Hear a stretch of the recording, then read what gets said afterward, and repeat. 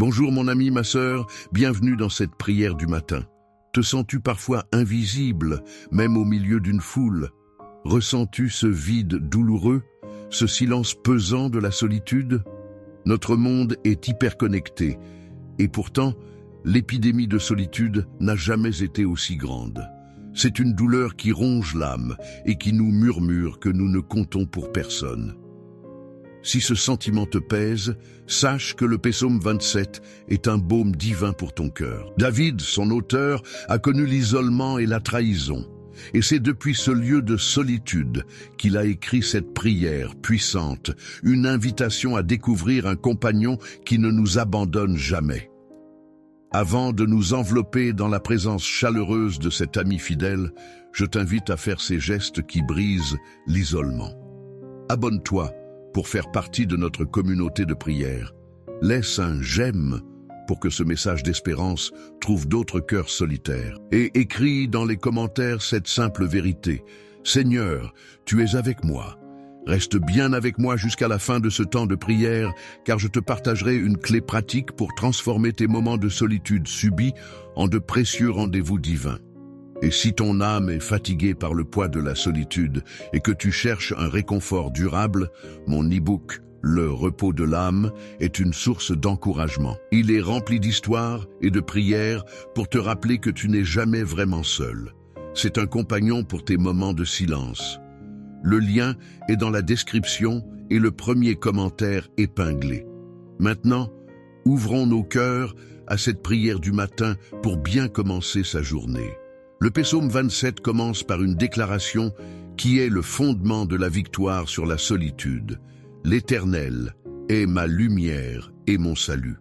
La solitude est une forme d'obscurité. C'est être dans une pièce sombre, sans repère. La lumière, c'est la présence de Dieu qui illumine notre monde intérieur. Elle ne supprime pas l'absence physique des autres, mais elle remplit le vide intérieur d'une clarté et d'une chaleur qui chassent l'angoisse. Le premier pas pour surmonter la solitude est d'inviter la lumière à entrer. Le salut, Yeshua, est aussi une guérison. La solitude chronique laisse des blessures profondes, le sentiment de rejet, la faible estime de soi. La promesse du psaume 27 est que Dieu n'est pas seulement une lumière pour notre présent, mais aussi un salut pour notre passé. Il est le grand médecin qui peut guérir les blessures d'abandon.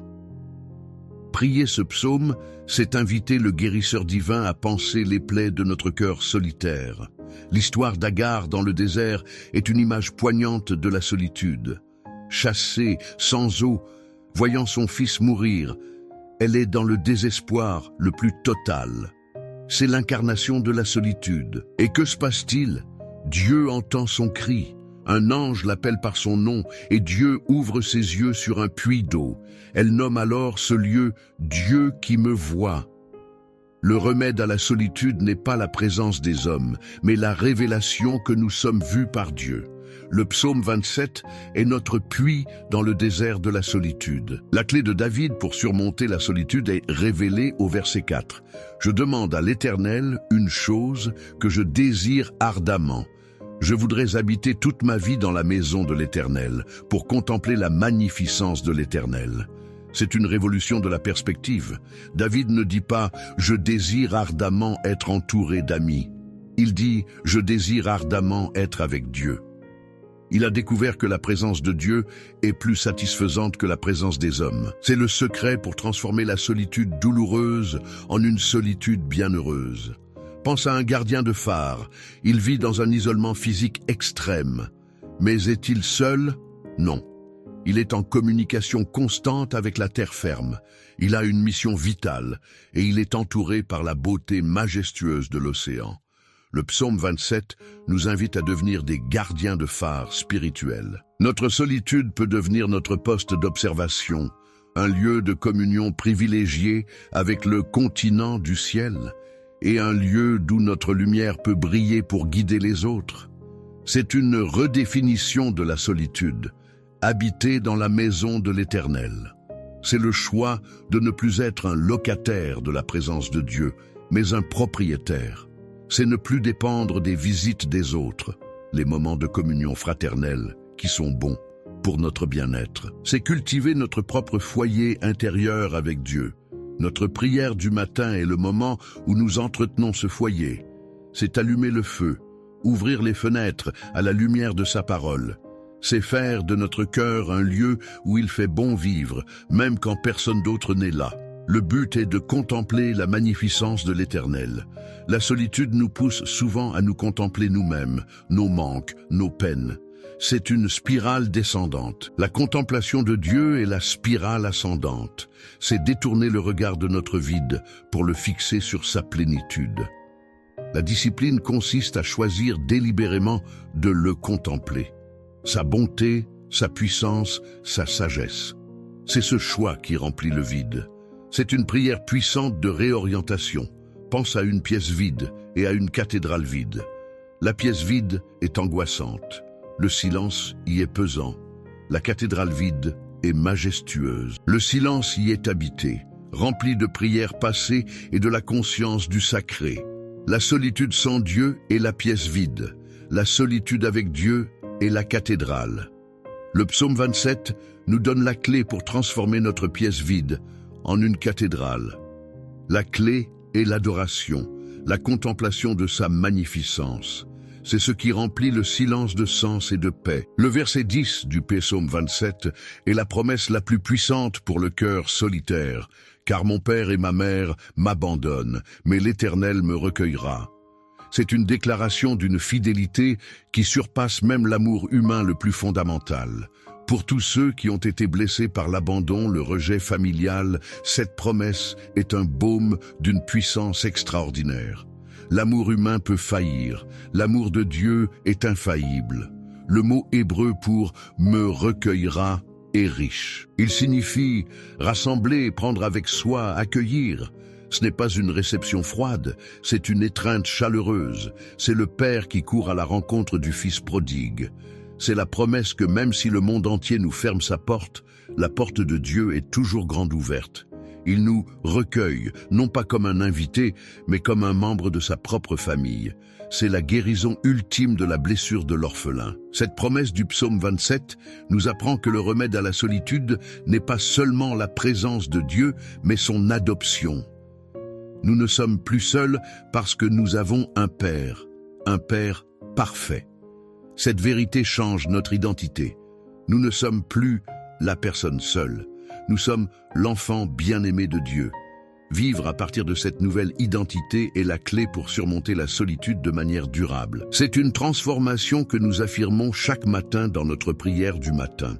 David, en écrivant ce psaume, était souvent physiquement seul, en fuite dans le désert, caché dans des grottes. Mais il n'était jamais vraiment seul. Il a utilisé ces temps d'isolement forcé pour approfondir son intimité avec Dieu. C'est dans ces moments qu'il a écrit ses plus beaux psaumes.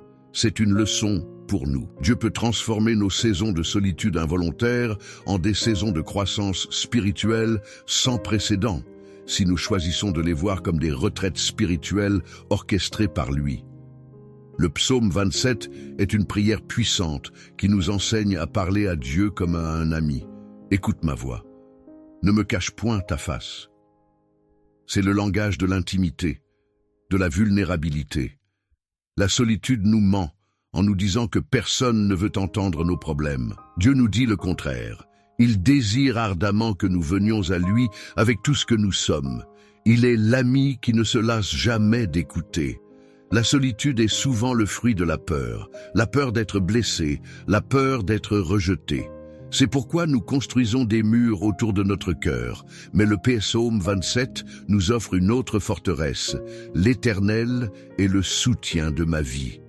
Lorsque nous trouvons notre sécurité en lui, nous n'avons plus besoin des murs de l'isolement. Nous pouvons prendre le risque de nous ouvrir aux autres, en sachant que même si nous sommes blessés, notre forteresse intérieure est imprenable. La sécurité en Dieu nous rend libres pour la communauté. Le psaume 27 nous invite à une quête. Cherchez ma face. La cure à la solitude n'est pas une attente passive. C'est une quête active de la présence de Dieu. C'est le chercher dans sa parole. C'est le chercher dans la nature. C'est le chercher dans la louange. C'est le chercher dans la communion fraternelle. Un chercheur n'est jamais vraiment seul, car il est consumé par l'objet de sa quête. Fais de Dieu la grande quête de ta vie, et la solitude perdra son emprise. Le psaume 27 nous apprend que la présence de Dieu est une réalité à expérimenter.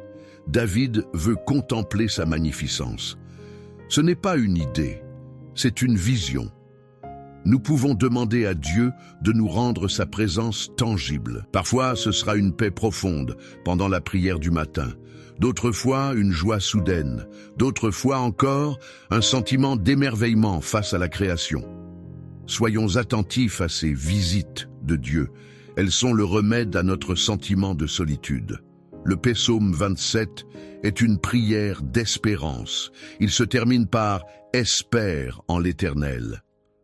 La solitude est souvent une forme de désespoir, la croyance que notre situation ne changera jamais. L'espérance est la certitude que Dieu est à l'œuvre et que le meilleur est à venir. Cette espérance est une compagnie en soi. Elle nous tient la main dans la nuit. Elle nous murmure que l'aube arrive. Nourrir notre espérance en lisant les promesses de Dieu est un acte concret pour surmonter la solitude. La solitude peut être une saison, mais elle n'est pas une destinée. La destinée que le psaume 27 nous promet est de habiter dans la maison de l'Éternel pour toujours. C'est une destinée de communion éternelle. Notre solitude sur terre est temporaire. La communion au ciel est éternelle. Garder cette perspective nous aide à traverser les saisons d'isolement avec patience et courage. C'est une vérité que nous nous rappelons dans notre prière du matin. Le psaume 27 est une prière puissante qui nous transforme de l'intérieur. Il nous fait passer de « je suis seul » à « tu es avec moi ». De « personne ne se soucie de moi » à « l'Éternel me recueillera ». De « j'ai peur » à « de qui aurais-je crainte ». C'est une transformation de notre dialogue intérieur. Et c'est cette transformation qui est la clé pour surmonter la solitude. La victoire se gagne d'abord dans nos pensées. Le psaume 27 nous invite à une solitude choisie, la solitude de la communion, pour nous guérir de la solitude subie, l'isolement. Jésus pratiquait cette solitude choisie. Il se levait tôt le matin pour prier seul. C'est dans ces moments qu'il se ressourçait pour pouvoir ensuite affronter les foules.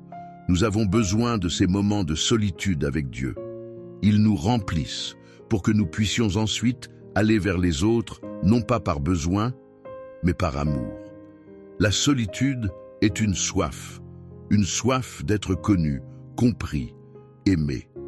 Le psaume 27 nous montre la seule source qui peut étancher cette soif. David dit qu'il désire une chose. Cette focalisation est la clé. Tant que nous cherchons à étancher notre soif à de multiples sources humaines, nous serons toujours déçus. Lorsque nous faisons de Dieu notre seule chose, notre unique source, nous trouvons une satisfaction que le monde ne peut pas donner. C'est une discipline du cœur. Le psaume 27 est un psaume de confiance. Et la confiance est le fondement de toute relation. Pour surmonter la solitude, nous devons apprendre à faire confiance à Dieu comme notre ami le plus fidèle. Comment? En passant du temps avec lui, en partageant nos secrets avec lui, en observant sa fidélité dans nos vies. La confiance se construit. Ce psaume est une invitation à commencer ce processus de construction d'une amitié divine.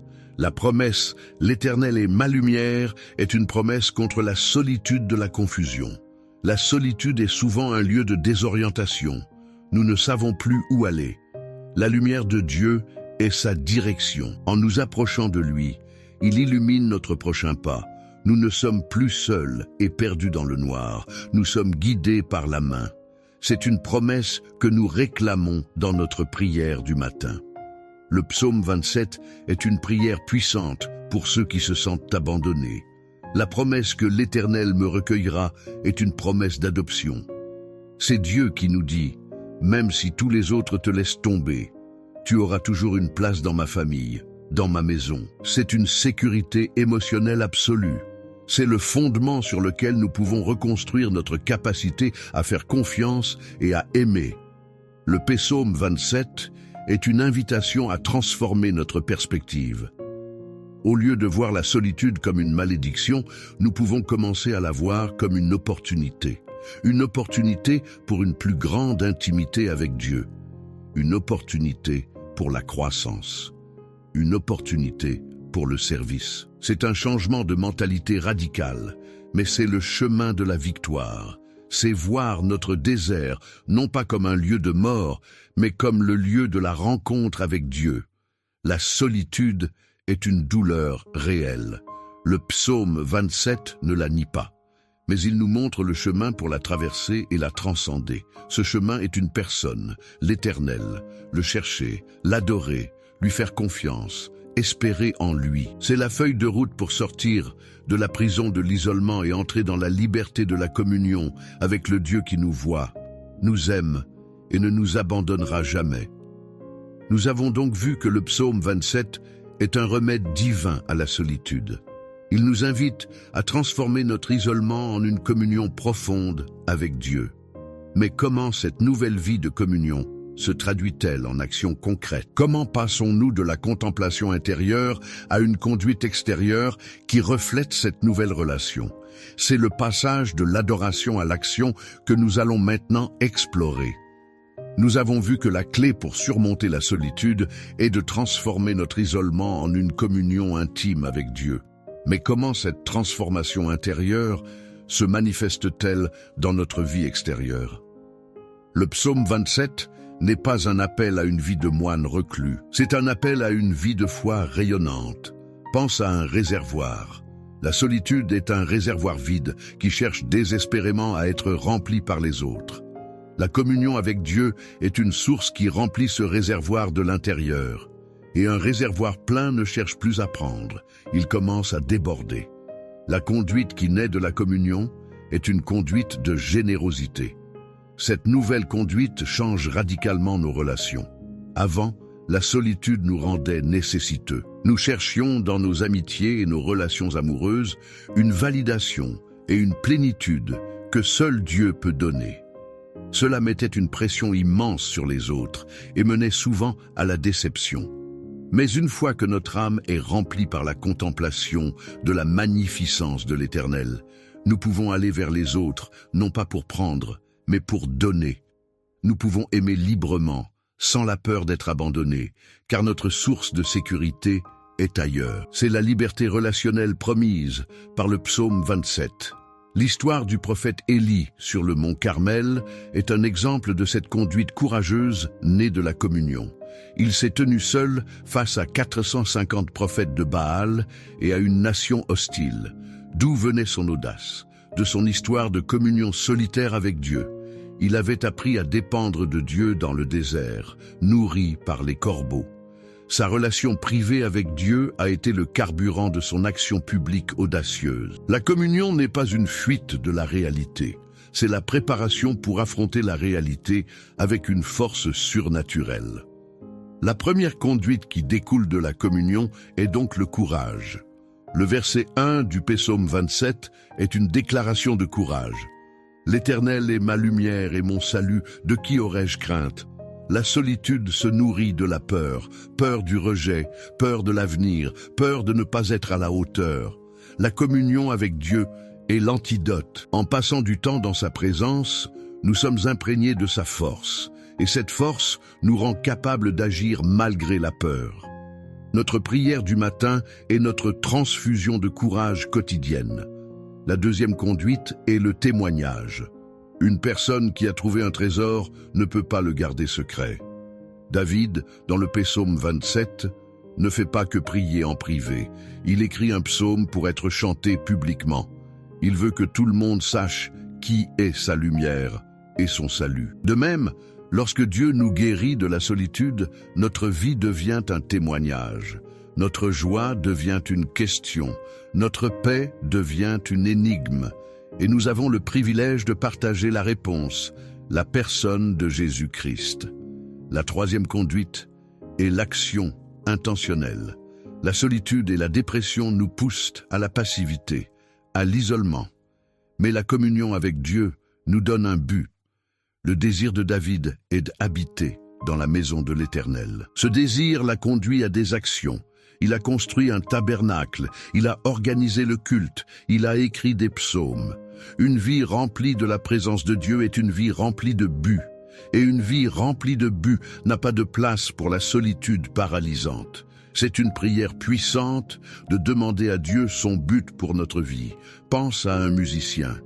Il passe des heures seul, dans sa chambre, à pratiquer ses gammes, à maîtriser son instrument. C'est sa communion avec la musique. Mais le but de cette pratique n'est pas de rester dans sa chambre. Le but est de monter sur scène et de jouer une symphonie qui bénira des milliers de personnes. Notre temps de communion solitaire avec Dieu est notre pratique, notre vie dans le monde est notre concert. Le psaume 27 est notre partition. Notre conduite est l'interprétation que nous en donnons. Le psaume 27 nous appelle à une conduite d'adoration. L'adoration n'est pas seulement un chant le dimanche, c'est une attitude de vie. C'est faire son travail avec excellence pour la gloire de Dieu. C'est montrer de la compassion à un étranger. C'est pardonner une offense. Une vie centrée sur l'adoration de Dieu est une vie trop pleine pour la solitude. L'adoration remplit chaque recoin de notre être et de notre temps. C'est la discipline ultime contre le vide. La conduite qui naît de la communion est une conduite de service. Le désir de demeurer dans la maison de l'Éternel nous transforme en serviteurs dans cette maison. Nous ne sommes plus des invités qui attendent d'être servis. Nous faisons partie de la famille et nous cherchons à servir les autres membres de la famille et les invités. La solitude est une focalisation sur soi. Le service est une focalisation sur les autres. C'est un changement de direction qui guérit l'âme. Le psaume 27 est une prière qui produit une face rayonnante. Un autre psalmiste a dit « Quand on tourne vers lui les regards, on est rayonnant de joie. » C'est l'expérience de Moïse. Notre conduite, notre visage même, devrait refléter la gloire que nous contemplons dans le lieu secret. Cette joie, cette lumière sur notre visage est un puissant aimant. Elle attire les gens qui vivent dans l'obscurité de la solitude et de la tristesse. Notre visage peut devenir une prière. La conduite de la foi est une conduite d'espérance. Le psaume 27 se termine par un commandement à l'espérance. Cette espérance n'est pas un sentiment passif, c'est une force active. Elle nous fait marcher la tête haute, même dans la vallée. Elle nous fait parler de l'avenir avec confiance, même lorsque le présent est incertain. Une personne remplie d'espérance est une compagnie désirable. Elle est un antidote à la morosité. C'est une partie de notre mission pour surmonter la solitude ambiante. Le psaume 27 nous enseigne que la communion avec Dieu nous donne une nouvelle famille. Le verset 10 est radical. « Car mon père et ma mère m'abandonnent, mais l'Éternel me recueillera. » Pour ceux dont la solitude vient de blessures familiales, c'est une promesse de reconstruction. Dieu devient notre Père parfait et l'Église devient notre nouvelle famille, une famille spirituelle unie par le sang de Christ. La conduite de la foi est de s'investir dans cette nouvelle famille. La conduite d'un enfant de Dieu est une conduite de liberté. La solitude est une prison. La communion avec Dieu nous libère. Nous sommes libres de la peur du rejet, car nous sommes acceptés par le roi. Nous sommes libres du besoin d'impressionner, car notre valeur est en lui. Cette liberté se voit. Une personne libre est une personne joyeuse, spontanée, authentique. Le psaume 27 est une déclaration d'émancipation de la prison de la solitude. Cette liberté se traduit par une prière audacieuse. David ne prie pas timidement. Il demande, il cherche, il invoque. C'est la conduite d'un fils qui connaît sa position. La solitude nous fait prier des prières hésitantes. La communion nous donne l'audace de nous approcher avec assurance du trône de la grâce. Notre prière du matin devrait être marquée par cette sainte audace. Le psaume 27 nous appelle à une conduite de sainteté. David demande à Dieu de le conduire sur un sentier de la droiture. La communion avec un Dieu saint produit un désir de sainteté. La solitude peut nous pousser au compromis, à chercher du réconfort dans de mauvaises choses. La communion avec Dieu nous remplit d'un amour pour la pureté. C'est une transformation de nos désirs. C'est le fruit d'une vie passée à contempler sa magnificence. La conduite de la foi est une conduite de résilience. Le psaume 27 reconnaît la réalité des ennemis et des faux témoins. La vie de communion ne nous garantit pas une vie facile, mais elle nous garantit une force pour nous relever. C'est la force de David qui, même face à la calomnie, n'a pas abandonné sa foi. C'est la force de persévérer, sachant que Dieu est notre défenseur. C'est une force qui inspire les autres. La solitude est souvent une forme de cécité. On ne voit plus que son propre manque. La communion avec Dieu nous rend la vue. On commence à voir les besoins des autres. On commence à voir les opportunités de servir. La conduite de la foi est une conduite voyante. C'est vivre avec les yeux ouverts sur le monde, non pas comme une menace, mais comme un champ de mission. Le psaume 27 est une prière pour cette restauration de la vision. La conduite d'un croyant rempli de la présence de Dieu est une conduite attractive. Le but de Dieu n'est pas que nous restions seuls avec lui sur notre montagne. Il veut que notre lumière attire les autres vers la montagne.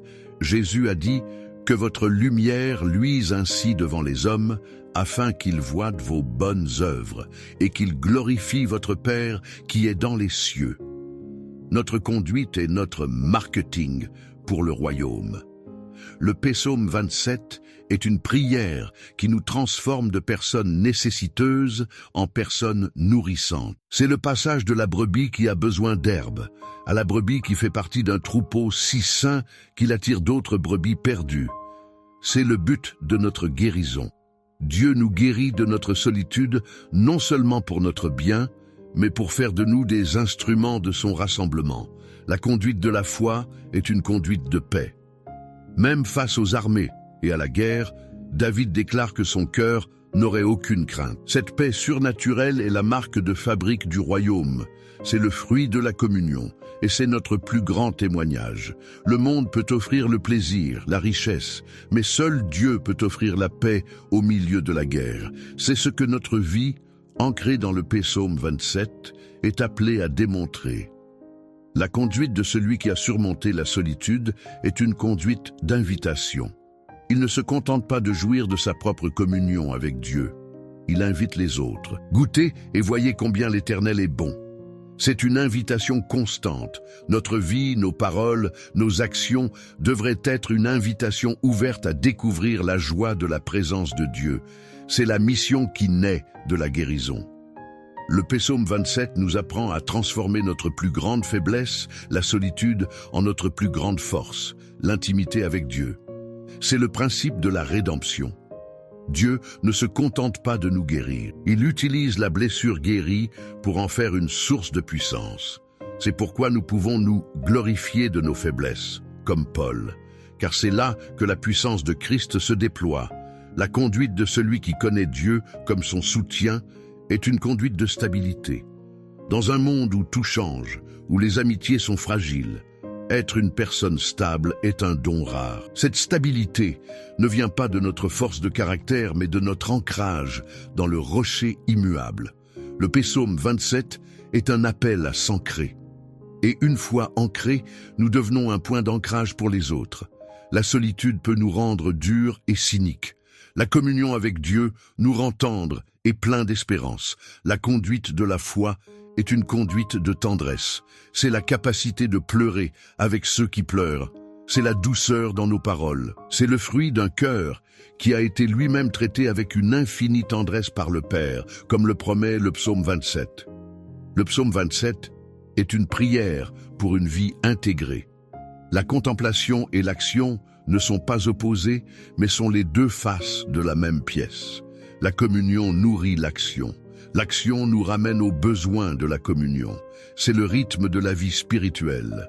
Notre prière du matin est le temps de la contemplation. Le reste de notre journée est le temps de l'action. L'un ne peut exister sans l'autre. La conduite de celui qui a été recueilli par l'Éternel est une conduite d'accueil. Parce que nous avons été accueillis dans notre solitude, nous devenons accueillants envers les autres solitaires. Nous ouvrons nos maisons, nos cœurs, nos vies. Nous créons des espaces de famille pour ceux qui n'en ont pas. C'est le cœur de l'Église, c'est la manifestation pratique de la promesse du verset 10 du psaume 27.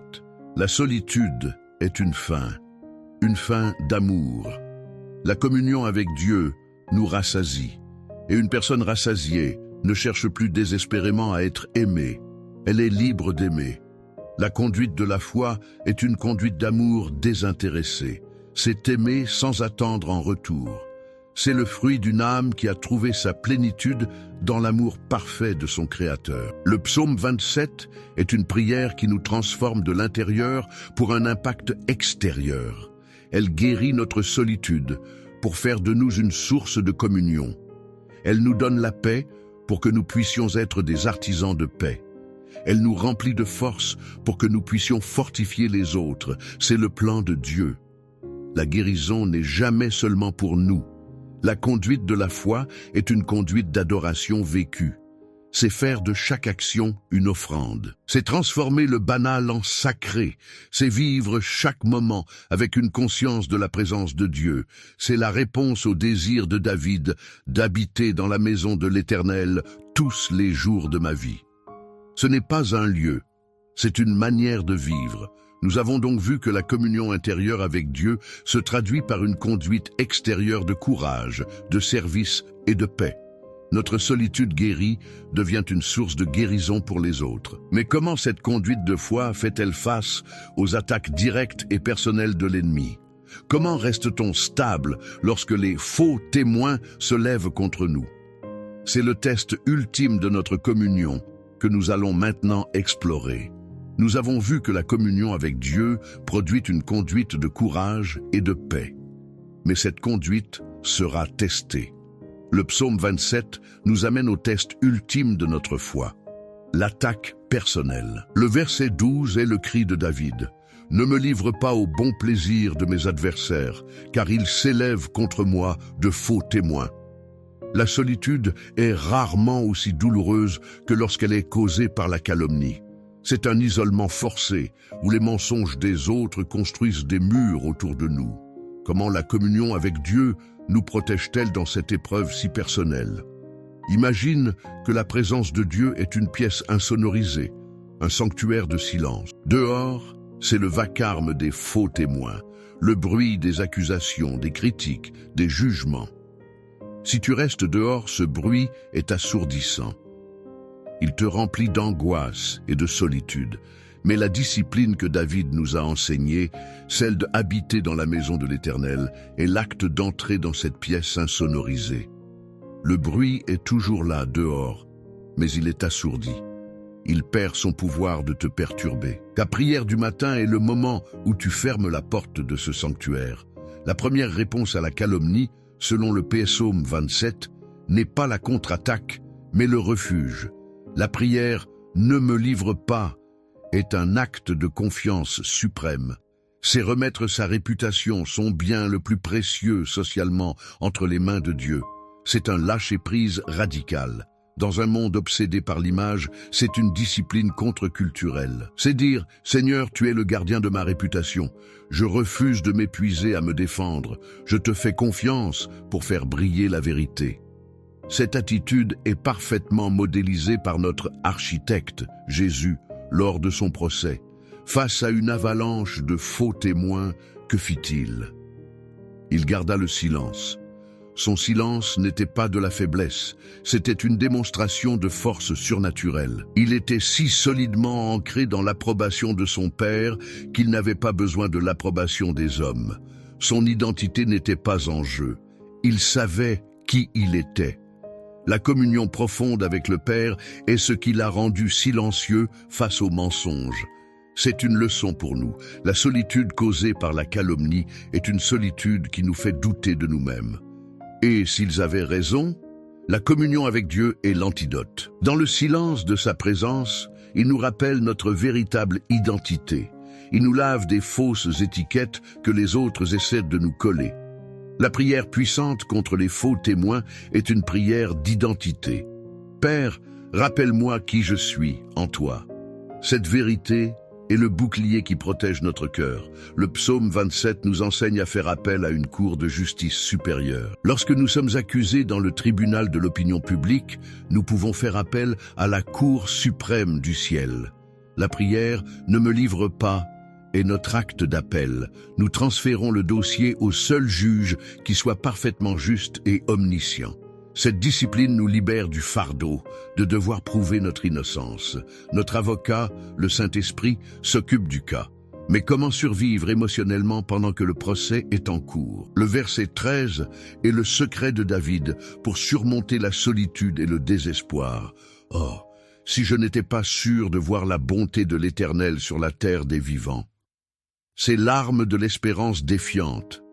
C'est un choix délibéré de regarder au-delà du mensonge présent vers la vérité future de la bonté de Dieu. C'est peindre un arc-en-ciel de promesses sur le ciel sombre de notre situation. Cette certitude de voir la bonté de l'Éternel est la guérison pour le cœur blessé par le mensonge. La calomnie est un poison qui veut nous rendre amers et cyniques. L'espérance est l'antidote. Elle maintient notre cœur en vie. Elle nous empêche de nous enfermer dans la prison de la méfiance. C'est une discipline de la vision. C'est choisir de regarder à la fidélité de Dieu plutôt qu'à l'infidélité des hommes. C'est une clé du psaume 27. Cette espérance n'est pas passive. Le verset 14 est un commandement à l'action intérieure. Espère en l'Éternel. Fortifie-toi et que ton cœur s'affermisse. Attendre le jugement de Dieu n'est pas une attente molle, c'est une attente fortifiante. Fortifie-toi est un appel à puiser activement dans les ressources de Dieu. C'est se nourrir de sa parole, s'entourer de frères fidèles, continuer à le louer. C'est un entraînement intensif au milieu de la bataille. Le résultat de cette fortification est un cœur affermi, un cœur qui n'est plus ballotté par chaque nouvelle rumeur ou chaque regard de travers. C'est un cœur qui a trouvé sa stabilité en Dieu. C'est la force surnaturelle promise dans le psaume 27. Cette force n'est pas l'insensibilité, c'est la résilience. C'est la capacité d'être touché par la blessure sans être détruit par elle. C'est le fruit d'une communion profonde avec le Dieu qui est notre rocher. Le psaume 27 est donc un guide complet pour survivre à la solitude de l'injustice. 1. Réfugie-toi dans la communion, la maison de l'Éternel. 2. Remets ta cause à Dieu, ne me livre pas. 3. Nourris ton espérance, je suis sûr de voir sa bonté. 4. Fortifie-toi activement, fortifie-toi et espère. C'est une stratégie en 4 points qui nous mène de la douleur à la paix, même si les circonstances extérieures ne changent pas immédiatement. La prière puissante dans cette situation n'est pas de crier plus fort, mais de faire confiance plus profondément. C'est la prière silencieuse du cœur qui s'abandonne. C'est le choix de bénir ceux qui nous maudissent, non pas parce qu'ils le méritent, mais parce que notre cœur, abrité en Dieu, est protégé de leur venin. C'est la conduite la plus déroutante pour l'ennemi. C'est surmonter le mal par le bien. Le psaume 27 nous apprend que notre communion avec Dieu est notre véritable réputation. Si nous sommes approuvés par lui, l'approbation ou la désapprobation des hommes devient secondaire. C'est le secret de la liberté. Surmonter la solitude, c'est être guéri de notre dépendance de l'opinion des autres. Et cette guérison se trouve dans la contemplation de la magnificence de celui dont l'opinion est la seule qui compte vraiment. La douleur d'être attaqué par des faux témoins est une occasion de s'identifier à Christ. Il est le témoin fidèle et véritable qui a été condamné sur la base de faux témoignages. Il comprend cette douleur parfaitement. En nous unissant à lui dans notre épreuve, nous trouvons un réconfort et une solidarité que rien d'autre ne peut donner. Notre souffrance devient une communion avec ses souffrances. C'est une perspective qui transforme notre épreuve en un privilège. Le psaume 27 est un psaume qui nous rend invulnérables au niveau le plus profond. Les gens peuvent attaquer notre réputation, nos finances, même notre corps. Mais ils ne peuvent pas toucher notre âme, qui est cachée avec Christ en Dieu. C'est notre citadelle intérieure, notre saint des saints, personnel. La discipline de la foi est d'apprendre à vivre depuis ce lieu de sécurité intouchable, même lorsque notre vie extérieure est en plein chaos.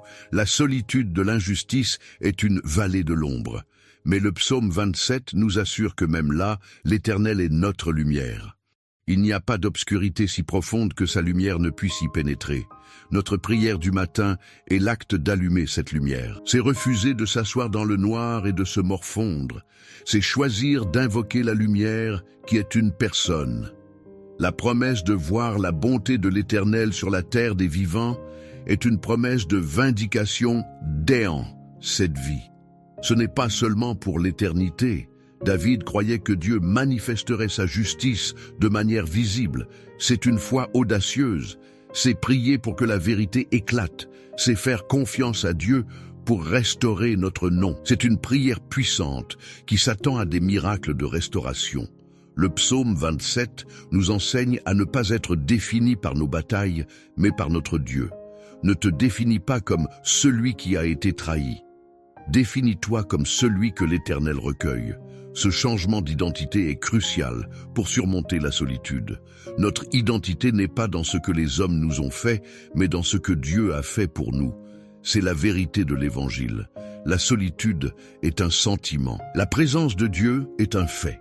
La discipline de la foi est de choisir de bâtir sa vie sur les faits de la parole de Dieu et non sur le sable mouvant de nos sentiments. Nos sentiments peuvent nous dire que nous sommes seuls. Le psaume 27 nous dit que ce n'est pas vrai. La foi est le choix de croire Dieu plutôt que nos émotions. C'est une discipline que nous renforçons dans chaque prière du matin. Le psaume 27 est un psaume de résilience. Il nous montre comment encaisser les coups les plus durs de la vie et rester debout, non pas par notre propre force, mais en nous appuyant sur le rocher. La solitude de l'injustice est un coup terrible, mais ce psaume est notre protège-dents spirituel. Il protège notre sourire de la foi, même lorsque nous sommes frappés. L'exhortation finale, espère en l'Éternel, est la conclusion de toute la sagesse biblique. C'est la réponse à toutes les situations. Quand tu ne sais plus quoi faire, espère. Quand tu ne sais plus quoi prier, espère. L'espérance est un acte de foi tenace. C'est le choix de croire que Dieu est bon et qu'il a le dernier mot. C'est l'arme finale contre le désespoir. Le psaume 27 est une prière qui nous apprend à transformer notre douleur en une perle. La blessure de l'injustice est comme le grain de sable qui entre dans l'huître. C'est un irritant, mais si nous l'enveloppons de couches de foi, d'espérance et de pardon, Dieu peut la transformer en une perle de sagesse et de maturité. C'est le processus de la rédemption. C'est une prière puissante pour cette transformation. La solitude de l'injustice nous isole. La communion avec Dieu nous connecte à une réalité plus grande. Elle nous connecte à l'Église souffrante de tous les temps. Elle nous connecte à Jésus, le juste persécuté. Notre petite souffrance acquiert une signification cosmique. Elle n'est plus absurde. Elle fait partie de la grande histoire du salut. C'est une perspective qui nous donne de la force. Le psaume 27 nous montre que la véritable force n'est pas de ne jamais avoir besoin d'aide. La véritable force est de savoir qui appeler à l'aide. David, le grand guerrier, n'a aucune honte à crier « Éternel, écoute ma voix, aie pitié de moi ». La vulnérabilité devant Dieu est notre plus grande force. C'est ce que le monde ne comprend pas. C'est le secret de la vie du royaume. La solitude est une fin d'être vu et connu. Le psaume 27 nous assure que nous sommes parfaitement vus et connus par Dieu. Il connaît nos peurs, nos blessures, nos espoirs. Il connaît la vérité sur notre situation. Se reposer dans cette connaissance parfaite est une source de grande paix. Nous n'avons pas besoin de nous expliquer. Il sait déjà. Et il nous aime. Le psaume 27 est un psaume qui nous enseigne à vivre à partir de notre destination. Notre destination est la maison de l'Éternel. En vivant aujourd'hui avec cette certitude, nous pouvons endurer les difficultés du voyage. La solitude est une expérience du voyage, pas de la destination. C'est une perspective qui nous remplit d'espérance et de persévérance. C'est une vérité que nous célébrons dans notre prière du matin. La prière puissante du psaume 27 est une prière qui nous repositionne. Elle nous sort du banc des accusés pour nous faire asseoir sur le banc des enfants du roi. Elle nous sort de la solitude de la prison pour nous faire entrer dans la communion du palais. C'est un changement de statut que nous nous approprions par la foi chaque jour. Le psaume 27 est un psaume de confiance. Et la confiance est le seul antidote à la peur. Pour surmonter la solitude, qui est une forme de peur, peur du rejet, de l'abandon, nous devons cultiver la confiance dans l'amour infaillible de Dieu, notre Père, la confiance dans la présence constante de Jésus, notre ami, la confiance dans le réconfort du Saint-Esprit, notre consolateur. La solitude est une illusion si nous sommes en Christ. C'est un sentiment réel, mais il est basé sur un mensonge. Le mensonge que nous sommes seuls. La vérité est que nous ne le sommes jamais. Je suis avec vous tous les jours, a promis Jésus. Le psaume 27 est l'affirmation de cette vérité.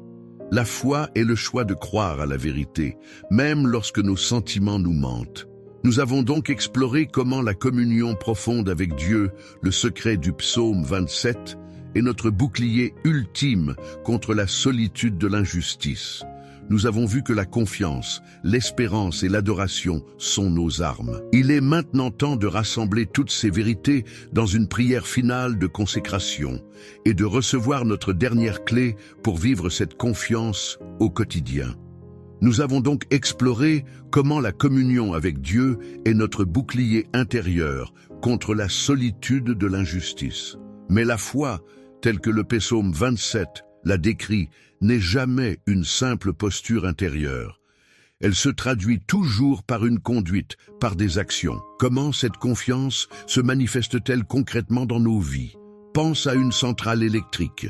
La communion avec Dieu dans notre prière du matin est le moment où l'énergie est générée. Mais cette énergie est inutile si elle n'est pas transmise par des lignes électriques pour allumer les lumières d'une ville. Nos actions sont ces lignes électriques. Elles transportent la puissance de notre communion dans le monde. La première action concrète qui découle d'une âme guérie de la solitude est le service. Une personne solitaire est souvent une personne nécessiteuse, focalisée sur son propre vide. Mais une âme remplie par la contemplation de la magnificence de l'Éternel est une âme pleine. Pense à une coupe pleine. Que fait-elle naturellement? Elle déborde. La conduite qui naît de la communion est une conduite de débordement. Nous cessons de chercher à être remplis par les autres et nous commençons à chercher des occasions de déverser l'amour et la paix que nous avons reçus. L'histoire de la femme au puits, après sa rencontre avec Jésus, est l'illustration parfaite de ce passage à l'action. Sa solitude la poussait à éviter les gens. Mais après que Jésus a rempli le vide de son cœur, quelle a été sa première action? Elle a laissé sa cruche, son ancienne source de satisfaction, et a couru vers les gens qu'elle fuyait pour leur parler de Jésus. Sa guérison a immédiatement produit une mission. La communion avec Christ l'a transformée d'une femme isolée en une évangéliste audacieuse. C'est le fruit que le psaume 27 veut produire en nous. La deuxième action est une adoration visible. David ne se contente pas de contempler Dieu en silence. Il dit au verset 6, « J'offrirai des sacrifices dans sa tente, au son de la trompette. Je chanterai, je célébrerai l'Éternel. » Son adoration intérieure explose en une célébration extérieure. Surmonter la solitude n'est pas seulement trouver une paix silencieuse. C'est trouver une joie expressive, la discipline de l'action et de choisir de louer Dieu de manière visible et audible. Chante dans ta voiture, lève les mains dans ta prière du matin. Ta louange est un acte de guerre contre l'esprit de tristesse. La troisième action est la recherche active. David ne dit pas « j'attends que Dieu se montre ». Il dit « je cherche ta face, ô Éternel ». La foi est une quête. La communion n'est pas un état passif, c'est une poursuite active. Comment chercher la face de Dieu concrètement? En ouvrant sa parole chaque jour, avec l'intention de le rencontrer, en cherchant sa présence dans la nature, en cherchant son visage, dans le visage des pauvres et des nécessiteux. C'est une chasse au trésor quotidienne, et le trésor est la personne de Dieu. La quatrième action est une marche intègre. David prie « Conduis-moi dans le sentier de la droiture ». La communion avec un Dieu saint produit un désir de sainteté. La solitude et la honte peuvent nous pousser à des compromis, à nous cacher dans l'ombre. Mais la lumière de la présence de Dieu nous inspire à marcher dans la lumière. La conduite de la foi est une conduite d'intégrité. C'est choisir l'honnêteté, la pureté, la droiture, non pas pour gagner l'amour de Dieu, mais parce que nous sommes déjà aimés. C'est une réponse d'amour enseignée par le psaume 27. La 5e action est une posture de confiance. Le verset 3 du psaume 27 est une description d'une action intérieure qui a des effets extérieurs. Si une armée se campait contre moi, mon cœur n'aurait aucune crainte. Le choix de ne pas craindre est une action. C'est une discipline mentale. C'est l'acte de refuser de donner à la peur la permission de régner. C'est une décision que nous prenons, basée sur notre confiance en notre lumière et notre salut. C'est une prière puissante qui se manifeste par un calme surnaturel. Pense à un musicien qui s'est entraîné pendant des heures dans la solitude de sa chambre. Le moment du concert est le moment de l'action. Sa performance sur scène est le fruit visible de sa communion invisible avec son instrument.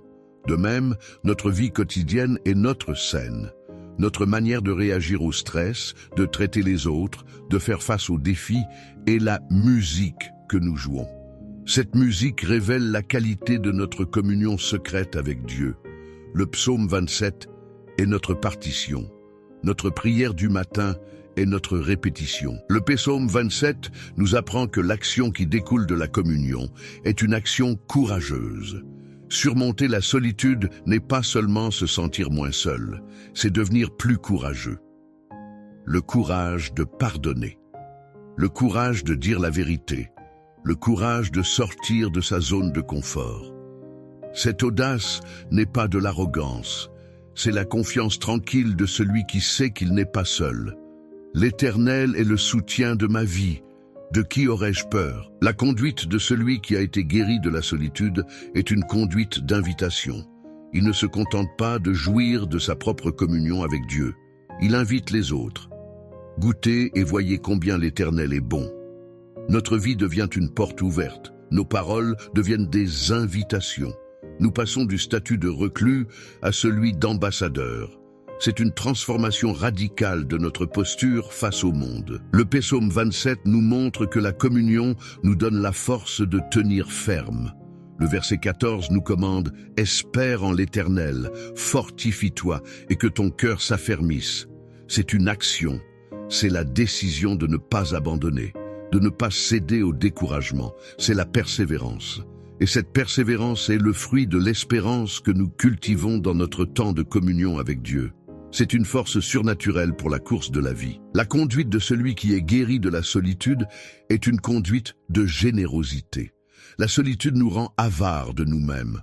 Nous protégeons notre temps, notre énergie. Mais une âme remplie de la présence de Dieu est une âme généreuse.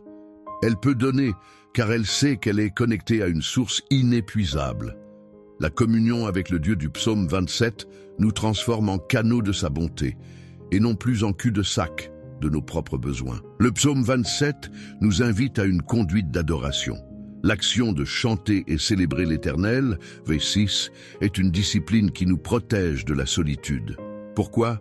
Parce que l'adoration nous décentre.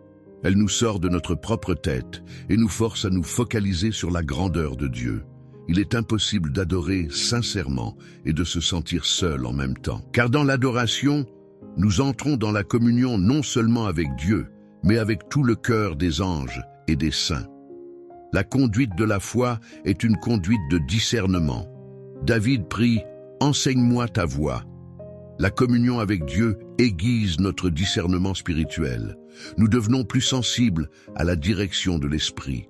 La solitude peut nous rendre confus et vulnérables à la tromperie. La communion nous donne de la clarté. Cette clarté est une protection. C'est une partie de la lumière que le psaume 27 nous promet. Le psaume 27 nous apprend que la foi agit en se basant sur ce qui est certain, pas sur ce qui est visible. La certitude, c'est que l'Éternel est ma lumière. L'action est de marcher comme si c'était vrai, même si l'on se sent dans le noir. c'est la définition de la marche par la foi. Notre prière du matin est le moment où nous nous réancrons dans ces certitudes, pour pouvoir ensuite marcher avec assurance pendant la journée. La solitude est une prison dont les murs sont la peur et l'apitoiement. La conduite de la foi, c'est de poser des actes qui démolissent ces murs. Chaque fois que tu choisis d'appeler un ami au lieu de t'isoler, tu donnes un coup de marteau sur le mur. Chaque fois que tu choisis de servir quelqu'un, tu donnes un autre coup. Le psaume 27 nous donne le plan de démolition. Et Dieu nous donne la force du marteau. La conduite de la foi est une conduite qui anticipe la bonté de Dieu. David dit « Je suis sûr de voir la bonté de l'Éternel ». Il ne se contente pas de l'espérer, il la déclare. Cette anticipation change notre manière d'agir. Nous n'agissons plus comme des victimes qui espèrent survivre, mais comme des héritiers qui attendent leur bénédiction. C'est une posture de confiance royale, une posture qui honore Dieu. Le psaume 27 est une invitation à passer de la passivité à l'activité. De la solitude m'arrive à je cherche la face de Dieu. C'est reprendre l'initiative. C'est refuser d'être un jouet des circonstances et des émotions. C'est devenir un acteur de sa propre vie spirituelle, en partenariat avec le Saint-Esprit. C'est le chemin de la maturité et de la victoire sur la solitude. La communion avec Dieu, que David désire ardemment, est la source de toutes les actions justes. Sans elle, nos bonnes œuvres sont des efforts charnels qui nous épuisent. Avec elle, nos actions deviennent le fruit naturel d'un arbre bien arrosé. Le secret pour surmonter la solitude n'est donc pas de faire plus de choses, c'est de demeurer plus dans la présence de Dieu, et les bonnes actions en découleront. C'est la sagesse du psaume 27. La conduite de celui qui a été guéri de la solitude est une conduite de gratitude. La gratitude est une action. C'est le choix de verbaliser sa reconnaissance. C'est ce que David fait dans ce psaume. Il ne fait pas que recevoir, il remercie. Une prière du matin qui commence par la gratitude pour la communion de la veille est une prière qui ouvre la porte à une communion encore plus profonde aujourd'hui. Le psaume 27 est une prière qui nous enseigne que la foi est un verbe. Demander, chercher, habiter, contempler, chanter, célébrer, espérer, c'est une prière dynamique. Elle nous appelle à une spiritualité active, engagée. La solitude est une stagnation. La foi est un mouvement. C'est un mouvement vers Dieu et, par conséquent, vers les autres. La conduite de la foi est une conduite qui prend des risques. Sortir de sa zone de confort, s'ouvrir à de nouvelles relations, pardonner une blessure. Ces actions font peur. Mais le psaume 27 nous donne l'assurance. L'Éternel est le soutien de ma vie. Notre sécurité est en lui. Nous pouvons donc prendre des risques car nous avons une assurance tous risques divine. C'est cette sécurité qui est le fondement de l'audace. Le psaume 27 nous apprend que l'action la plus importante est souvent une action intérieure. Le choix de ne pas craindre, le choix d'espérer, le choix de se focaliser sur Dieu. Ces batailles intérieures sont les plus décisives. Si nous les gagnons dans le secret de notre prière du matin, les batailles extérieures deviennent beaucoup plus faciles. C'est le principe de la victoire de l'intérieur vers l'extérieur. La conduite de celui qui a trouvé son refuge en Dieu est une conduite paisible. C'est la fin de l'agitation. C'est le repos de l'âme. Cette paix n'est pas de la paresse. C'est une efficacité sereine. C'est la capacité de faire beaucoup de choses, mais sans stress, sans anxiété. C'est le rythme de la grâce. Le psaume 27 est une invitation à entrer dans ce rythme divin. La solitude est un sentiment d'inutilité. La communion avec Dieu nous révèle notre but, notre mission. Et la conduite qui en découle est une conduite pleine de sens. Chaque jour a un but. Chaque action a une signification. C'est le remède à l'absurdité. Le psaume 27 nous donne non seulement un refuge, mais aussi une raison d'être. Et une vie avec une raison d'être est une vie qui ne peut être solitaire. La conduite de la foi est une conduite humble. La conscience de la magnificence de l'Éternel nous garde humbles. Nous savons que nous ne sommes que des vases de terre, mais des vases que le roi a choisi de remplir de son trésor. Cette humilité nous protège de l'orgueil qui est une autre forme de solitude. L'orgueil nous isole, l'humilité nous connecte. C'est la sagesse du psaume 27. Le psaume 27 est une prière puissante qui nous transforme de spectateurs de notre vie en acteurs de notre foi. Elle nous appelle à une participation active à notre propre guérison et à notre propre croissance, en partenariat avec Dieu. Surmonter la solitude, ce n'est pas attendre que quelque chose se passe. C'est se lever et commencer à marcher en suivant la lumière du bon berger. La conduite de la foi est une conduite qui adore. Chaque pas d'obéissance est un acte d'adoration. Chaque parole d'encouragement est un acte d'adoration. Chaque choix de pardon est un acte d'adoration. Notre vie entière devient un sacrifice de louange. C'est l'accomplissement du désir de David. C'est faire de toute sa vie une habitation dans la maison de l'Éternel. La solitude est une expérience terrestre. La communion est la réalité du ciel. Chaque action de foi que nous posons, chaque choix de nous connecter à Dieu et aux autres, est un acte qui fait descendre un peu du ciel sur la terre.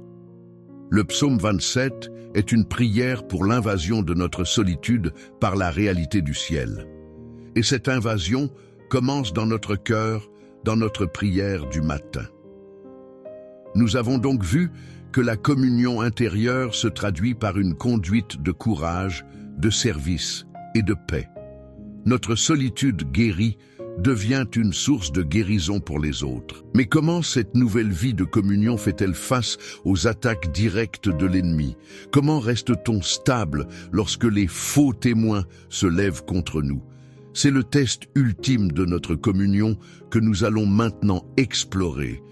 Nous avons vu que la communion avec Dieu se traduit par une conduite de courage et de paix.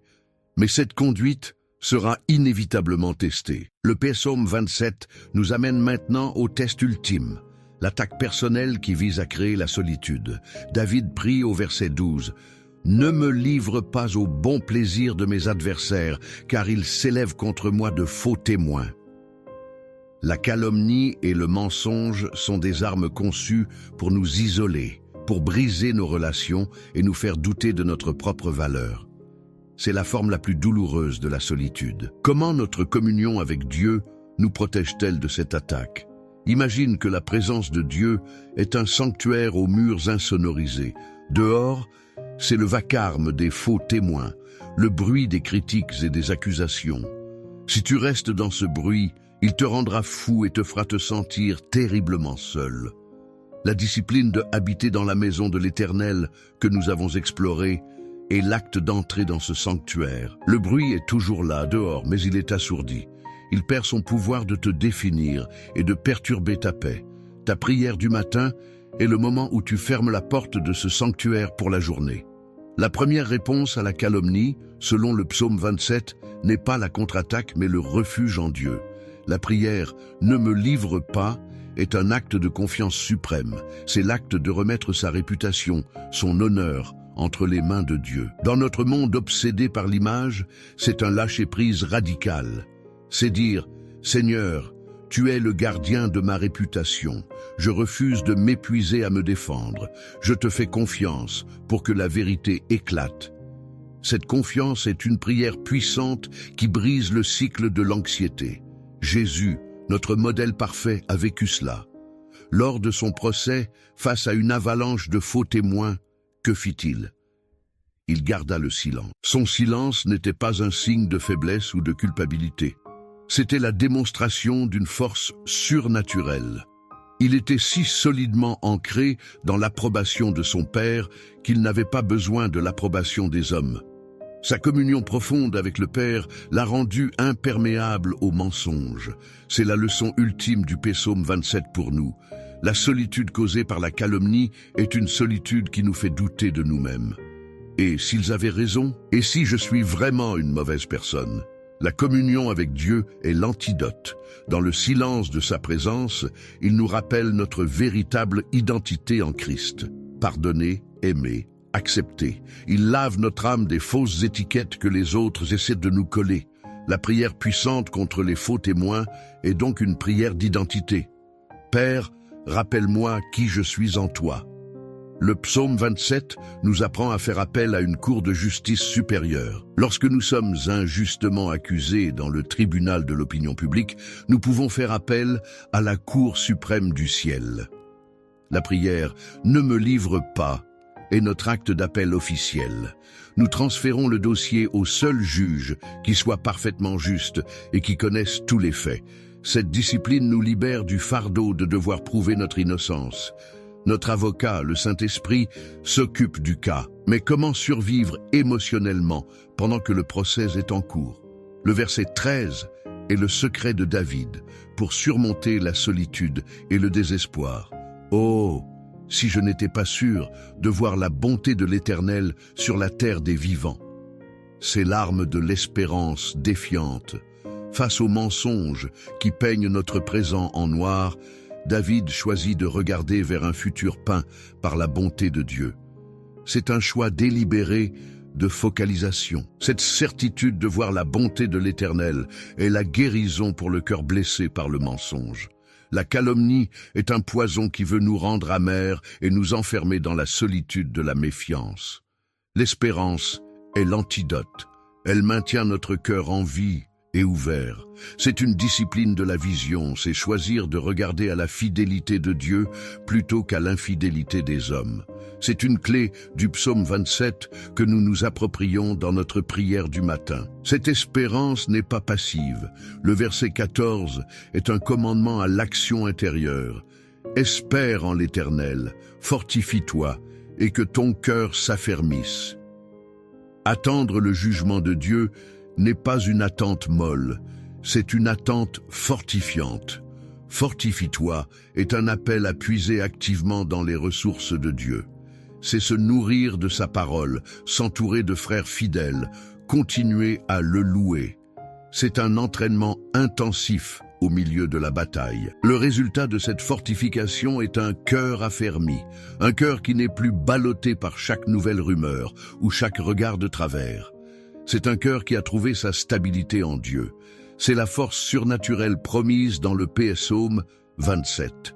Cette force n'est pas l'insensibilité, c'est la résilience, c'est la capacité d'être touché par la blessure sans être détruit par elle. C'est le fruit d'une communion profonde avec le Dieu qui est notre rocher. Le psaume 27 est donc un guide complet pour survivre à la solitude de l'injustice. 1. Réfugie-toi dans la communion, la maison de l'Éternel. 2. Remets ta cause à Dieu, ne me livre pas. 3. Nourris ton espérance, je suis sûr de voir sa bonté. 4. Fortifie-toi activement, fortifie-toi et espère.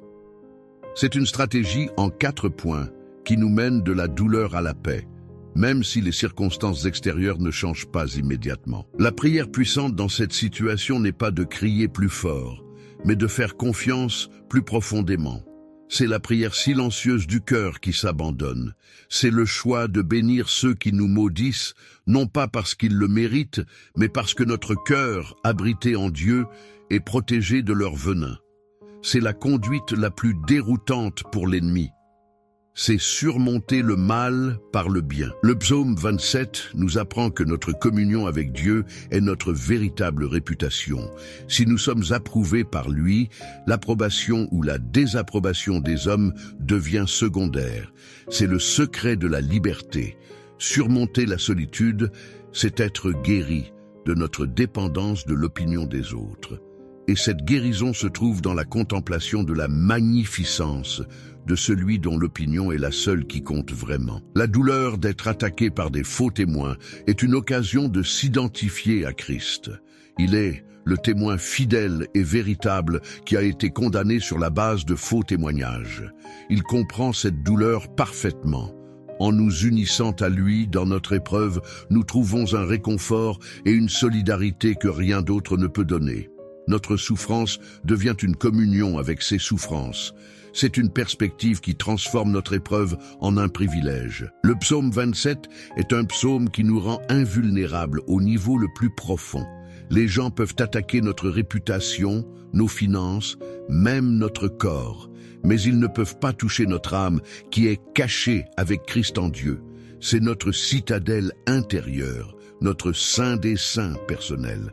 La discipline de la foi est d'apprendre à vivre depuis ce lieu de sécurité intouchable, même lorsque notre vie extérieure est en plein chaos. La solitude de l'injustice est une vallée de l'ombre. Mais le psaume 27 nous assure que même là, l'Éternel est notre lumière. Il n'y a pas d'obscurité si profonde que sa lumière ne puisse y pénétrer. Notre prière du matin est l'acte d'allumer cette lumière. C'est refuser de s'asseoir dans le noir et de se morfondre. C'est choisir d'invoquer la lumière, qui est une personne. La promesse de voir la bonté de l'Éternel sur la terre des vivants est une promesse de vindication dans cette vie. Ce n'est pas seulement pour l'éternité. David croyait que Dieu manifesterait sa justice de manière visible. C'est une foi audacieuse. C'est prier pour que la vérité éclate. C'est faire confiance à Dieu pour restaurer notre nom.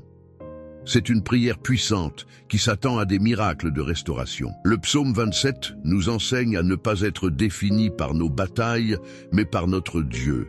Ne te définis pas comme celui qui a été trahi. Définis-toi comme celui que l'Éternel recueille. Ce changement d'identité est crucial pour surmonter la solitude. Notre identité n'est pas dans ce que les hommes nous ont fait, mais dans ce que Dieu a fait pour nous. C'est la vérité de l'Évangile. La solitude est un sentiment. La présence de Dieu est un fait. La discipline de la foi est de choisir de bâtir sa vie sur les faits de la parole de Dieu et non sur le sable mouvant de nos sentiments. Nos sentiments peuvent nous dire que nous sommes seuls. Le psaume 27 nous dit que ce n'est pas vrai. La foi est le choix de croire Dieu plutôt que nos émotions. C'est une discipline que nous renforçons dans chaque prière du matin. Le psaume 27 est un psaume de résilience. Il nous montre comment encaisser les coups les plus durs de la vie et rester debout, non pas par notre propre force, mais en nous appuyant sur le rocher. La solitude de l'injustice est un coup terrible, mais ce psaume est notre protège-dents spirituel. Il protège notre sourire de la foi, même lorsque nous sommes frappés. L'exhortation finale, « Espère en l'Éternel », est la conclusion de toute la sagesse biblique. C'est la réponse à toutes les situations. Quand tu ne sais plus quoi faire, espère. Quand tu ne sais plus quoi prier, espère. L'espérance est un acte de foi tenace. C'est le choix de croire que Dieu est bon et qu'il a le dernier mot. C'est l'arme finale contre le désespoir. Le psaume 27 est une prière qui nous apprend à transformer notre douleur en une perle. La blessure de l'injustice est comme le grain de sable qui entre dans l'huître. C'est un irritant. Mais si nous l'enveloppons de couches de foi, d'espérance et de pardon, Dieu peut la transformer en une perle de sagesse et de maturité. C'est le processus de la rédemption. C'est une prière puissante pour cette transformation. La solitude de l'injustice nous isole. La communion avec Dieu nous connecte à une réalité plus grande. Elle nous connecte à l'Église souffrante de tous les temps. Elle nous connecte à Jésus, le juste persécuté. Notre petite souffrance acquiert une signification cosmique. Elle n'est plus absurde. Elle fait partie de la grande histoire du salut. C'est une perspective qui nous donne de la force. Le psaume 27 nous montre que la véritable force n'est pas de ne jamais avoir besoin d'aide. La véritable force est de savoir qui appeler à l'aide. David, le grand guerrier, n'a aucune honte à crier « Éternel, écoute ma voix, aie pitié de moi ». La vulnérabilité devant Dieu est notre plus grande force. C'est ce que le monde ne comprend pas. C'est le secret de la vie du royaume.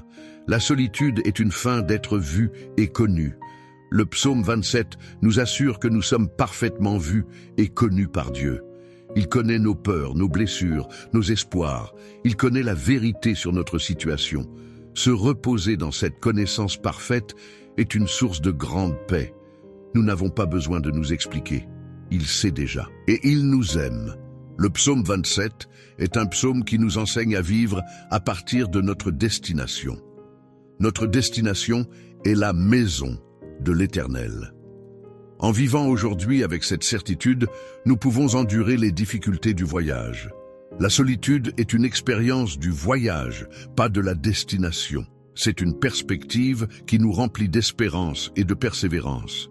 C'est une vérité que nous célébrons dans notre prière du matin. La prière puissante du psaume 27 est une prière qui nous repositionne. Elle nous sort du banc des accusés pour nous faire asseoir sur le banc des enfants du roi. Elle nous sort de la solitude de la prison pour nous faire entrer dans la communion du palais. C'est un changement de statut que nous nous approprions par la foi chaque jour. Le psaume 27 est un psaume de confiance. Et la confiance est le seul antidote à la peur. Pour surmonter la solitude, qui est une forme de peur, peur du rejet, de l'abandon, nous devons cultiver la confiance dans l'amour infaillible de Dieu, notre Père, la confiance dans la présence constante de Jésus, notre ami, la confiance dans le réconfort du Saint-Esprit, notre consolateur. La solitude est une illusion si nous sommes en Christ. C'est un sentiment réel, mais il est basé sur un mensonge. Le mensonge que nous sommes seuls. La vérité est que nous ne le sommes jamais. Je suis avec vous tous les jours, a promis Jésus. Le psaume 27 est l'affirmation de cette vérité. La foi est le choix de croire à la vérité, même lorsque nos sentiments nous mentent. Nous avons donc exploré comment la communion profonde avec Dieu est notre bouclier ultime contre la solitude de l'injustice. Nous avons vu que la confiance, l'espérance et l'adoration sont nos armes. Il est maintenant temps de rassembler toutes ces vérités dans une prière finale de consécration et de recevoir notre dernière clé pour vivre cette confiance au quotidien. Nous avons donc exploré comment la communion avec Dieu est notre bouclier ultime contre la solitude de l'injustice. Mais la guérison que Dieu nous offre n'est jamais une fin en soi. C'est une préparation. Pense à un alpiniste qui s'est perdu dans une tempête de neige. Il a connu la peur, le froid, le désespoir de la solitude totale. Puis, une équipe de secours le retrouve et le sauve. Que fait souvent cet alpiniste, une fois guéri? Il rejoint l'équipe de secours. Pourquoi? Parce que son expérience de la perdition et du sauvetage lui a donné une compassion et une expertise uniques. De même, Dieu nous sauve de la tempête de la solitude pour faire de nous des secouristes pour les autres. Notre blessure guérie devient notre ministère. Le psaume 27 est le chant de quelqu'un qui a été sauvé de l'isolement. Et maintenant, notre vie devient une incarnation de ce psaume. Nous ne disons plus seulement « l'Éternel est ma lumière ». Nous devenons un reflet de cette lumière pour ceux qui sont dans les ténèbres. Nous ne disons plus seulement « l'Éternel me recueillera ». Nous devenons les bras de Dieu pour recueillir ceux qui sont abandonnés. La guérison de notre solitude nous commissionne. C'est une ordination pour le ministère de la compassion. L'apôtre Paul est un exemple puissant de cette transformation. Après sa conversion, il a connu des années de solitude et de rejet, rejeté par ses anciens collègues pharisiens. Méprisé au début par les chrétiens qui le craignaient, c'est dans ce désert de solitude qu'il a forgé son intimité avec Christ. Et quel a été le fruit de sa vie? Il est devenu le plus grand bâtisseur de communautés de l'histoire. Il a passé sa vie à créer des familles spirituelles, des églises, pour que personne n'ait à vivre la foi dans l'isolement. Sa plus grande douleur est devenue sa plus grande mission. Le psaume 27 nous transforme de chercheurs de communion en créateurs de communion. Au début, notre désir est d'habiter dans la maison de l'Éternel. Mais une fois que nous y habitons, nous réalisons que cette maison a des portes qui s'ouvrent vers l'extérieur. Notre mission devient d'inviter les autres à entrer. Notre prière du matin passe de « Seigneur, sois avec moi » à « Seigneur, qui puis-je amener dans ta présence aujourd'hui ?» C'est une maturité spirituelle qui nous fait passer de la consommation à la contribution. Pense à un puits ancien dans un village qui a été bouché par des débris et oublié. C'est l'image d'un cœur solitaire et brisé. Puis, le roi décide de restaurer ce puits. Il le nettoie, le répare et le connecte à une source d'eau vive. Le puits est à nouveau plein. Mais quel est son but? Ce n'est pas de rester plein. C'est de devenir le nouveau centre de vie du village, où tout le monde vient puiser. Lorsque Dieu guérit notre solitude avec la vérité du psaume 27, il nous restaure pour faire de nous une source de vie pour notre communauté. La première mission d'une âme guérie de la solitude est d'apprendre à voir les autres solitaires. Avant, nous étions trop absorbés par notre propre douleur, mais la guérison nous donne de nouveaux yeux, les yeux de l'empathie. Nous commençons à remarquer la personne qui mange seule à la cantine, le voisin âgé qui ne reçoit jamais de visite. C'est l'Esprit de Dieu qui nous donne le radar de la compassion. C'est une prière puissante de demander « Seigneur, ouvre mes yeux à la solitude qui m'entoure ». La deuxième mission est d'offrir le cadeau de la présence. Souvent, nous ne savons pas quoi dire à quelqu'un qui souffre. Et ce n'est pas grave. La chose la plus guérissante n'est pas une parole sage, mais une présence aimante. C'est s'asseoir avec quelqu'un dans son silence. C'est l'écouter sans l'interrompre. C'est le ministère que les amis de Job ont commencé à faire avant de tout gâcher avec leur discours. La communion que nous avons trouvée en Dieu nous rend capables d'offrir cette communion silencieuse aux autres. Le psaume 27 nous apprend que le désir de David est de contempler la magnificence de l'Éternel. Une fois que nous avons appris à faire cela, notre mission est d'aider les autres à voir cette même beauté. Comment? En la reflétant. Notre paix, notre joie, notre espérance sont des reflets de la magnificence de Dieu. Nous devenons des miroirs. Notre vie, transformée par la communion, est un argument silencieux mais irrésistible en faveur de la beauté de notre roi. C'est la mission du reflet. La solitude est souvent une prison de mensonges. Personne ne m'aime. Je serai toujours seul. Notre mission est d'être des briseurs de mensonges. Armés de la vérité du psaume 27, nous pouvons parler la vérité dans la vie des autres. À l'ami qui se sent abandonné, nous pouvons partager le verset 10. L'Éternel te recueillera. C'est utiliser notre propre guérison pour apporter la guérison aux autres. C'est un ministère d'une puissance immense. Le psaume 27 nous donne une confiance qui nous libère pour l'hospitalité. La solitude nous rend protecteurs de notre espace. La communion nous rend généreux. L'hospitalité est l'acte d'ouvrir sa maison et son cœur. C'est une arme puissante contre la solitude, la nôtre et celle des autres. En invitant les gens à notre table, nous créons des espaces de communion. C'est une application pratique de « habiter dans la maison de l'Éternel ». Nous transformons notre propre maison en un avant-poste de la sienne. La mission de celui qui a été guéri de la solitude est de devenir un bâtisseur de ponts. La solitude est une île. Nous sommes appelés à construire des ponts entre les îles. C'est prendre l'initiative d'appeler. C'est organiser une rencontre, c'est connecter des gens qui pourraient s'entendre. C'est un ministère proactif de création de communautés. Le psaume 27 nous donne la sécurité intérieure pour prendre le risque de l'initiative relationnelle. La prière puissante pour surmonter la solitude devient alors une prière missionnaire. Seigneur, utilise ma solitude passée pour ta gloire. Fais de moi un instrument de ta communion. Conduis-moi vers un autre cœur solitaire aujourd'hui. C'est une prière qui transforme notre cicatrice en une étoile. C'est le but rédempteur de Dieu pour toutes nos souffrances. C'est la beauté de l'Évangile. Le psaume 27 est une prière qui nous enseigne la valeur de la communauté d'adoration. Notre mission est d'inviter les autres dans cette communauté. Ne te contente pas d'aller à l'église. Invite quelqu'un à venir avec toi. Partage ce que Dieu y fait. L'adoration collective est un puissant antidote à la solitude. C'est le lieu où nous réalisons que nous faisons partie de quelque chose de bien plus grand que nous-mêmes. La guérison de notre solitude nous donne une nouvelle audace pour le témoignage verbal. Avant, nous pouvions avoir peur de parler de notre foi, par crainte du rejet. Mais après avoir expérimenté l'acceptation parfaite de Dieu, cette peur diminue. Nous parlons non pas pour être acceptés, mais parce que nous sommes déjà acceptés.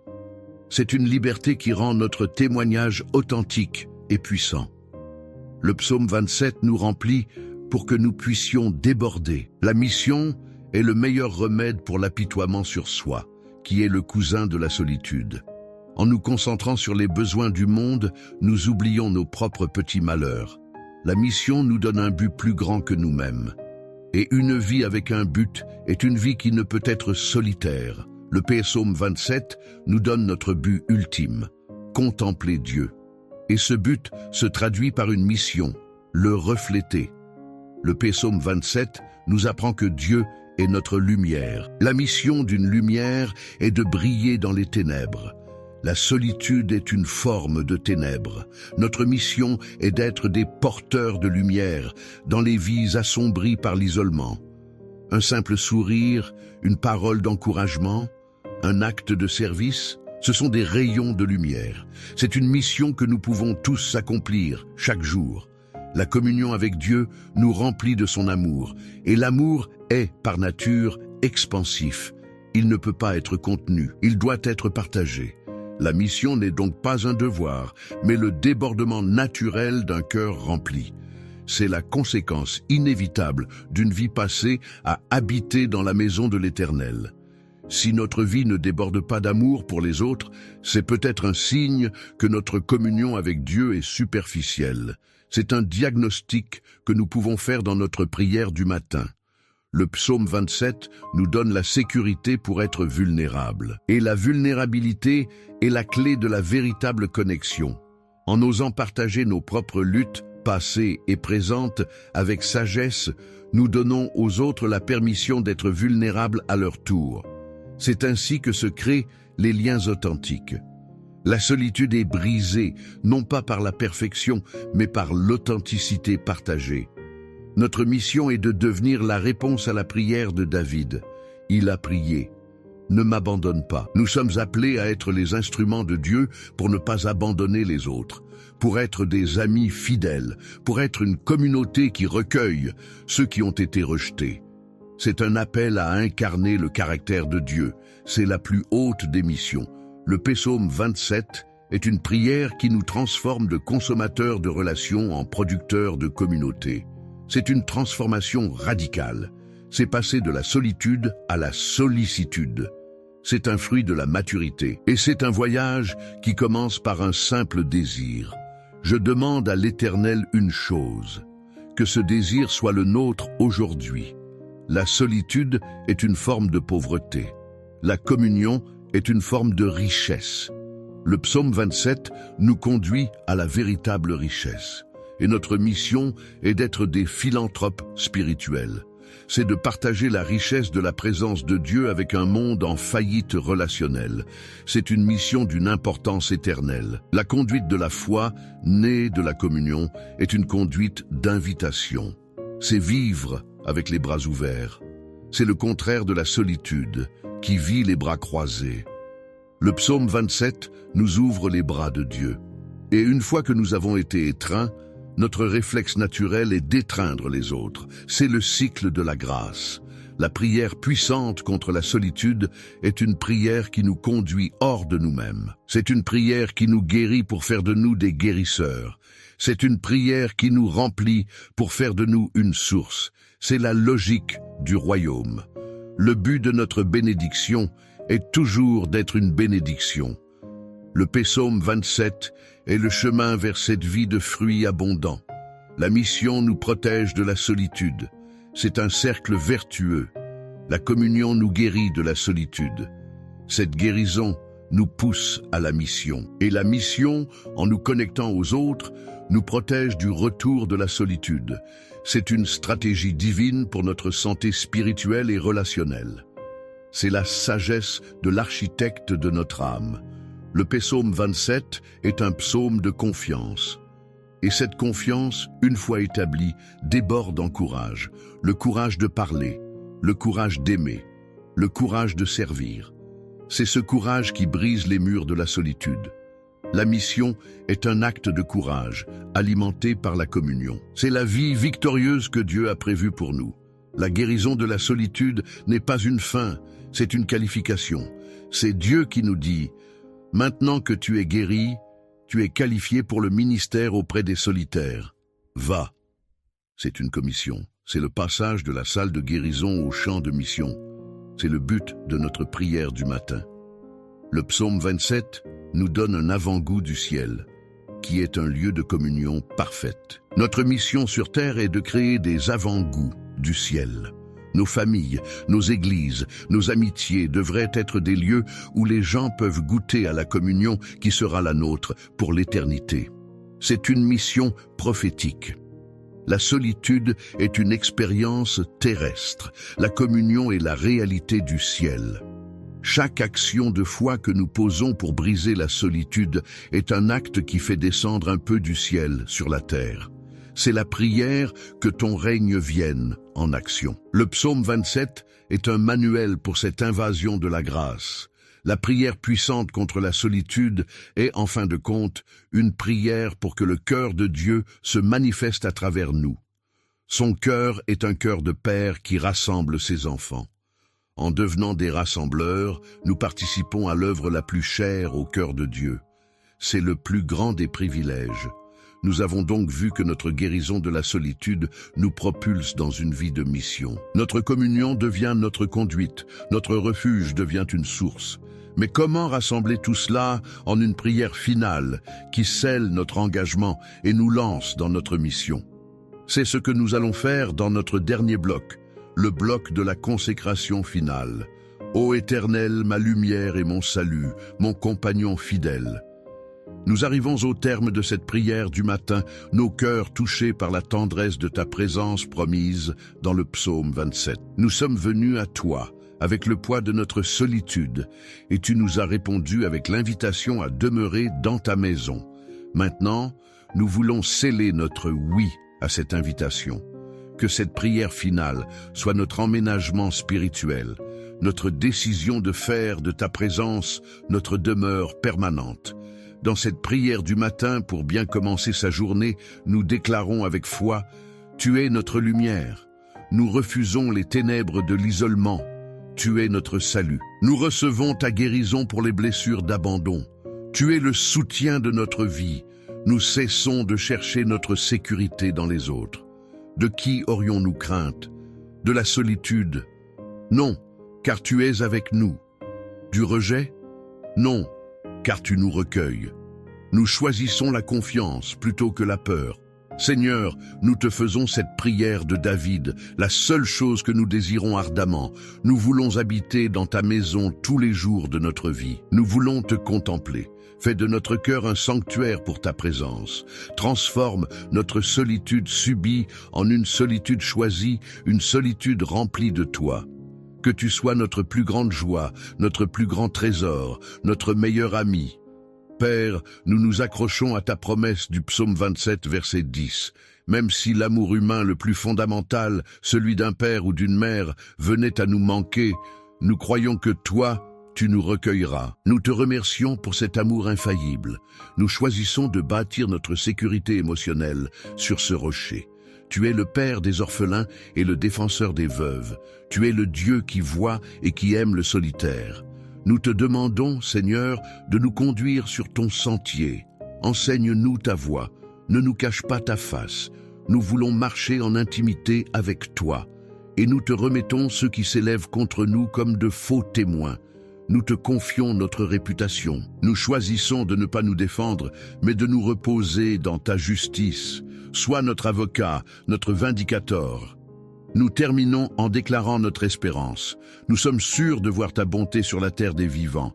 Nous commandons à notre âme, espère en l'Éternel. Nous choisissons de nous fortifier en toi. Que notre cœur soit affermi. Nous ne serons pas ébranlés, car tu es notre fondation. Notre espérance est en toi, et tu ne déçois jamais. Mon ami, ma sœur, quelle magnifique promesse de compagnie divine. Pour t'aider à la vivre au quotidien, voici la clé pratique promise. C'est un outil pour transformer tes moments de solitude en rendez-vous divin. Je l'appelle le rendez-vous divin. Voici la clé. La prochaine fois aujourd'hui que tu ressens cette pointe de solitude, ce sentiment de vide, ne le fuis pas. Ne te précipite pas sur ton téléphone. Arrête-toi, respire et recadre ce sentiment. Vois-le non pas comme une absence, mais comme une invitation. C'est Dieu qui frappe doucement à la porte de ton cœur, te disant « Tu es disponible? J'aimerais passer un moment avec toi. » Alors, accepte l'invitation. Trouve un coin tranquille, même pour une minute, et dis simplement à voix haute, « Seigneur, je ressens cette solitude comme une invitation de ta part. Je suis là. C'est notre rendez-vous. » Puis, reste en silence un instant. Cet acte simple transforme radicalement ton expérience. La solitude n'est plus une ennemie à fuir, mais un signal pour une communion plus profonde. C'est l'art de surmonter la solitude en la sanctifiant. En parlant de communion, notre plus grande espérance est le grand rassemblement final. Jésus, notre roi, revient bientôt, et son retour mettra fin à toute solitude et à toute séparation. Il rassemblera sa famille de tous les coins de la terre. Nous habiterons enfin tous ensemble, dans la maison du Père, dans une communion parfaite les uns avec les autres et avec lui. C'est la guérison ultime de la blessure de la séparation. C'est l'espérance qui illumine notre psaume 27. Ce temps passé dans la prière du matin a été un baume pour l'âme. Si tu as été encouragé, je t'invite à faire ces gestes. Abonne-toi pour rejoindre notre famille de prière et ne plus jamais te sentir seul dans ta foi. Laisse un j'aime pour que cette prière puisse trouver d'autres cœurs solitaires et commente avec cette vérité « L'Éternel me recueille ». Enfin, partage cette vidéo avec une personne qui se sent seule aujourd'hui. Si la solitude a laissé ton âme fatiguée et que tu as besoin d'un compagnon pour tes moments de silence, je te rappelle que mon e-book « Le repos de l'âme » est là pour toi. Il est rempli de méditations et d'histoires pour te rappeler la présence constante de Dieu. C'est une source de réconfort. Le lien est dans la description et le premier commentaire épinglé. Si cette prière puissante pour la communion avec Dieu t'a parlé et que tu luttes aussi avec la tristesse ou la dépression, je t'invite à découvrir notre méditation sur le psaume 34, intitulée « Prière contre la tristesse et la dépression ». C'est un guide pour trouver la proximité de Dieu quand on a le cœur brisé. Merci d'avoir partagé ce moment avec moi. Va dans cette journée avec la certitude que tu n'es pas seul. Le Dieu de l'univers te voit, te connaît par ton nom et t'aime d'un amour éternel. Tu es son trésor. Va et marche comme un enfant bien-aimé, toujours accompagné par la présence de son Père. Sois béni. Amen.